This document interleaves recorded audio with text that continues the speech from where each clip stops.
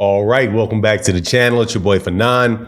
And in this video, we're going to be in the 135-pound division where Gervonta Tank Davis's trainer speaks out, or is at least on audio, on video, talking about Shakur Stevenson.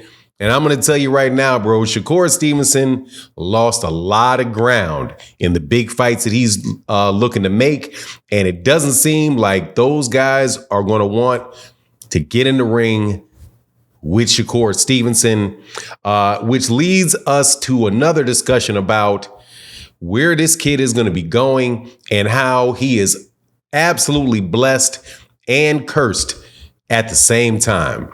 Let's talk about that in this video.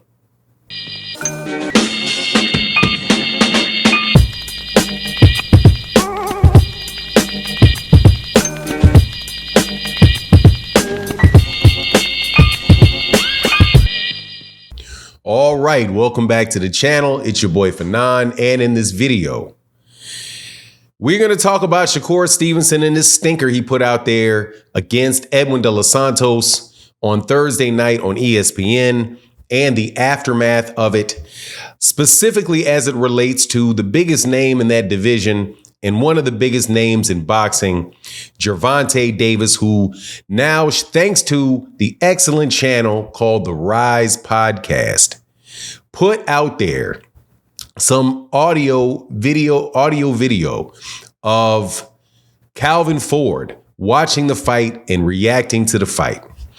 And he, in this talk, basically says, man, talking about how Shakur Stevenson is running and how he wouldn't want to fight somebody like that. Now, while Gervonta Davis has one-punch knockout power and can hit you and knock you out, that's not a fun fight to have. That's not a fun fight to be in. That's not a fun fight for people to watch. And the ramifications of that are big. And so when I heard that, and I knew that that was going to be the case after seeing this fight, man, Shakur Stevenson over the last several years has really learned to sit in the pocket and fight with somebody right there while he's walking him down. But this particular fight, even if he's standing right in front of you, he's almost impossible to hit. And if you bull rush it, when De Los Santos tried to bull rush him straight forward 3-punch combinations, the dude just got ghost out of there, man. Just extremely, extremely fast, right? So he didn't do himself any favors in getting that fight with Gervonta Davis, or really getting a fight with anybody that would be a big name fighter that has something to lose by fighting him. Not saying that he can't win the fight, just saying that, look, man, the reality of boxing is what the reality is. And I'm going to tell you that. But before I do, let me not forget to welcome you back to the channel. And thank you if you're a longtime subscriber and supporter for continuing to support the channel. And if you are new to the channel, thank you so much for checking us out. Consider subscribing to it and chopping it up with us about this boxing. And thank you to everybody that supports and the super thanks of the videos like this. It makes a huge difference. But look, man, here, I used to hear this a lot about Floyd Mayweather Jr. And you heard it about guys like, for example, Guillermo Rigondeaux, right? Floyd had been, and I never really did agree that Floyd Mayweather Jr. was not an exciting fighter. He was very exciting in the lower weight classes, was getting knockouts in the lower weight classes. I found him to be very entertaining and exciting in the higher weight classes that he fought in. But yet he had that label of quote unquote boring fighter. Take that and look at another fighter like Guillermo Rigondeaux. Guillermo Rigondeaux was somebody that is a Cuban, two-time Olympic gold medalist, and was fighting with Top Rank and made a big mistake of beating my friend and future Hall of Famer. Shout out to Nonito Donaire, big friend of the channel, and a really great guy.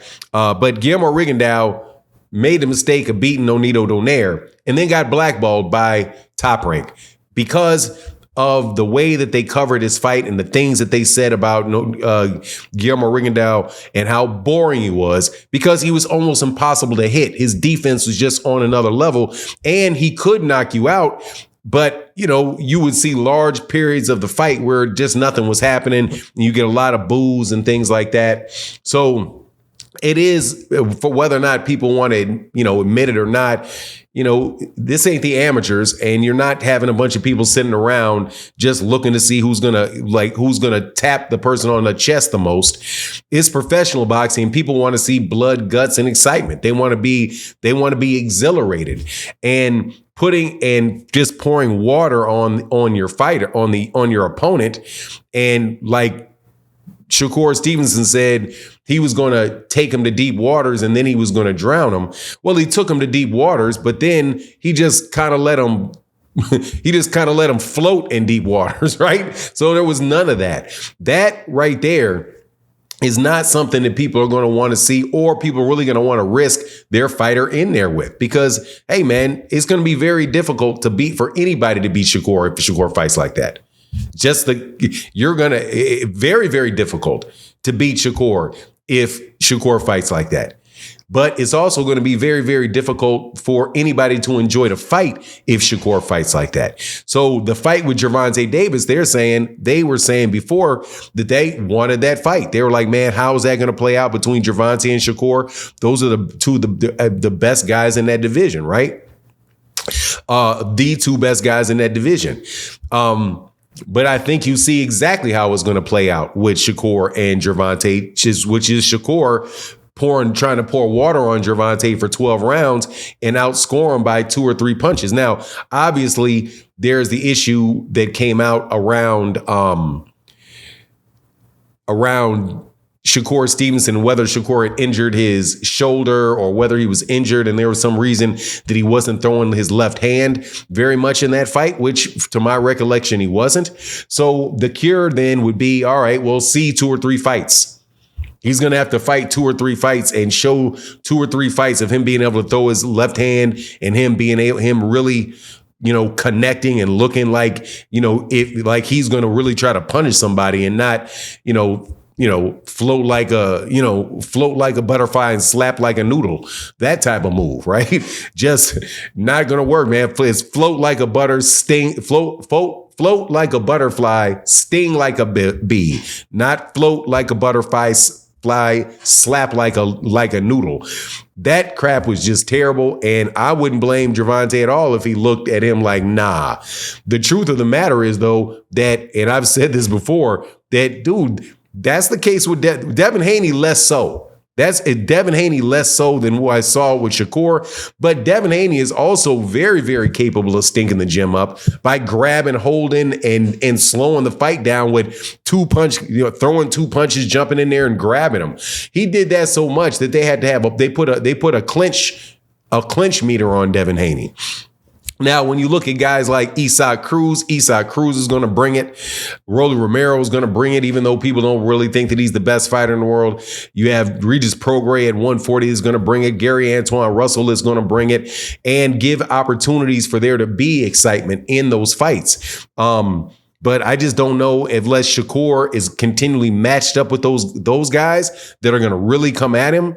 And I think some of the fault was also on Edwin De Los Santos. Look, man, it's not going to be a whole lot of people really calling to see Shakur Stevenson fight anybody, let alone calling to see him fight Gervonta, especially since, Shakur makes a lot of money per fight.